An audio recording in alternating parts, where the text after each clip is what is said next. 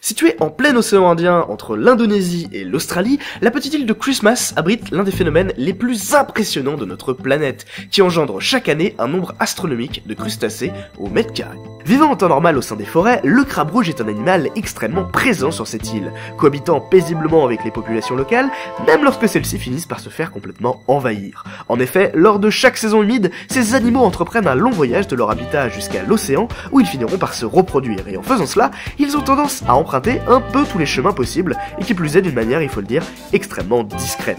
C'est donc de par leur nombre et des problèmes qu'ils engendraient qu'au fil des années, de nombreux aménagements ont été construits afin de ne pas interférer avec le périple de ces animaux. Un périple qui va nous permettre d'aborder une nouvelle notion, celle de la migration animale. Car celle-ci n'est pas aussi simple que le déplacement d'une bestiole d'un point A à un point B. Au fil des années, de nombreux chercheurs ont remarqué que d'autres animaux venaient à se déplacer sans que cela soit considéré comme une migration. Parmi les scientifiques en la matière, le chercheur Hugh Dingle a passé une grande partie de sa vie à travailler sur le sujet, en mettant en évidence 4 situations qui selon lui caractérisent ce phénomène, à savoir un mouvement persistant après sortie du lieu de départ, qui n'est pas hasardeux mais qui suit un chemin logique, qui contient des organismes au comportement différent durant le trajet, et qui changent leur biologie interne pour se préparer au voyage. En prenant en compte ces données, de nombreux déplacements animaux sont alors exclus du concept de migration, et d'autres peuvent y être soumis à une étude pour le vérifier. En gros, grâce à ces critères, on peut s'y retrouver un peu mieux. Mais malgré tout ça, certains sont encore à l'heure actuelle de véritables énigmes de par leur cause ou leur fonctionnement, et aujourd'hui, on va s'attaquer à l'une des plus spectaculaires et mystérieuses d'entre elles, celle de la sardine.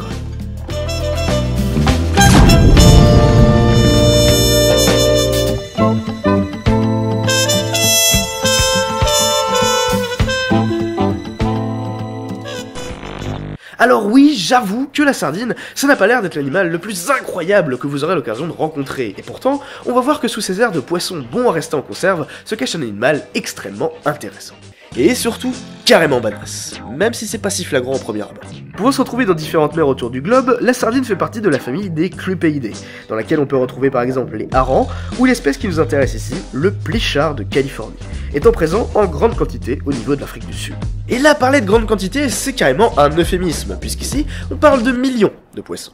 En effet, chaque année, entre mai et juin, ces animaux se rassemblent à l'extrême sud de l'Afrique avant d'entreprendre un voyage durant l'hiver qui va les conduire bien loin de leur lieu de départ, à savoir près de la ville de Durban. Ce long périple va alors former un groupe d'animaux de plus de 7 km de long, 1,5 de large pour 30 mètres de profondeur.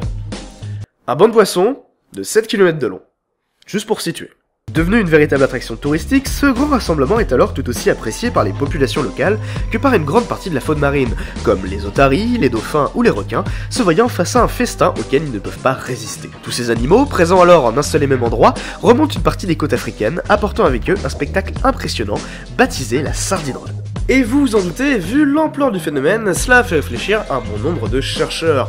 Pourquoi ces sardines sont aussi nombreuses? Est-ce une migration? Comment cela fonctionne-t-il? Cela fait des décennies que le mécanisme de ces poissons est une véritable énigme. Sachant qu'étudier un groupe d'animaux, c'est pas forcément facile, mais alors avec le nombre qu'ils sont, et en plus sous l'eau, ça arrange pas vraiment les choses. Au fil du temps, de nombreux scientifiques ont donc mené différentes recherches, certaines en pêchant ces sardines depuis les années 60, ou encore en étudiant leurs œufs depuis les années 80. En gros, ça fait déjà depuis un petit moment qu'on essaie de comprendre la logique de ce phénomène, mais il y a plusieurs choses qui coincent. Parce que les théories sur le sujet, c'est vraiment pas ça qui manque. Parfois complémentaires ou incompatibles, farfelues ou crédibles, ces sardines ont toujours attisé l'imagination des chercheurs. Comme certains avançant que ces animaux voyageraient à certaines saisons afin de se reproduire.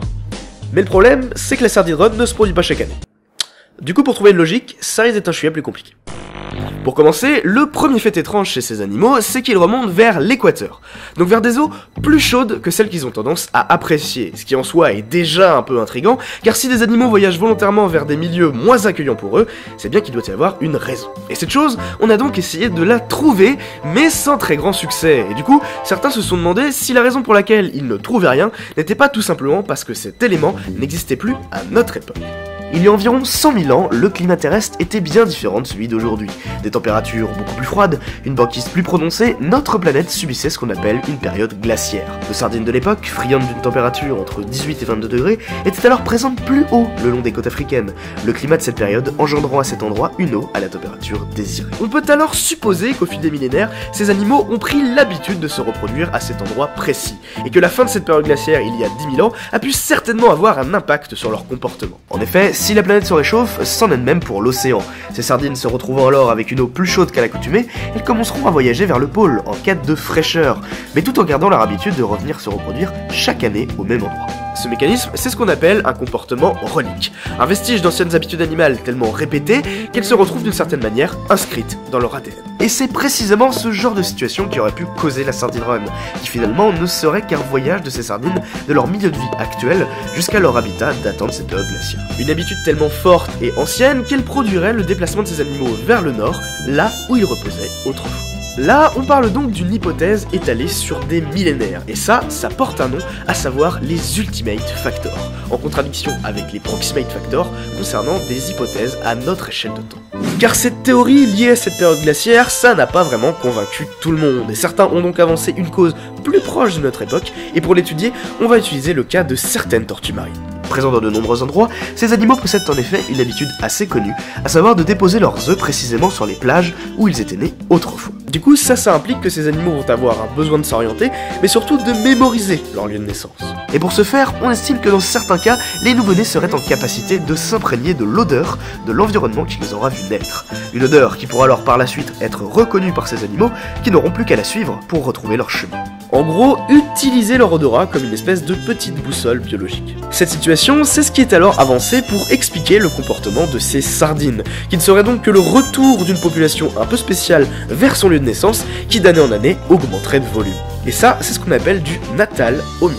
Pour simplifier, il s'agit donc d'un mécanisme animal poussant ces animaux à se reproduire à l'endroit exact où ils étaient nés auparavant, ceci formant une sorte de relais entre les nouveau-nés et les parents venus se reproduire, qui dans notre cas peut être totalement transposé à la Sardine Run. En bref, avec cette période glaciaire et ce natal homing, on se retrouve avec deux hypothèses radicalement différentes, mais qui font partie des plus approuvées à l'heure actuelle par la communauté scientifique.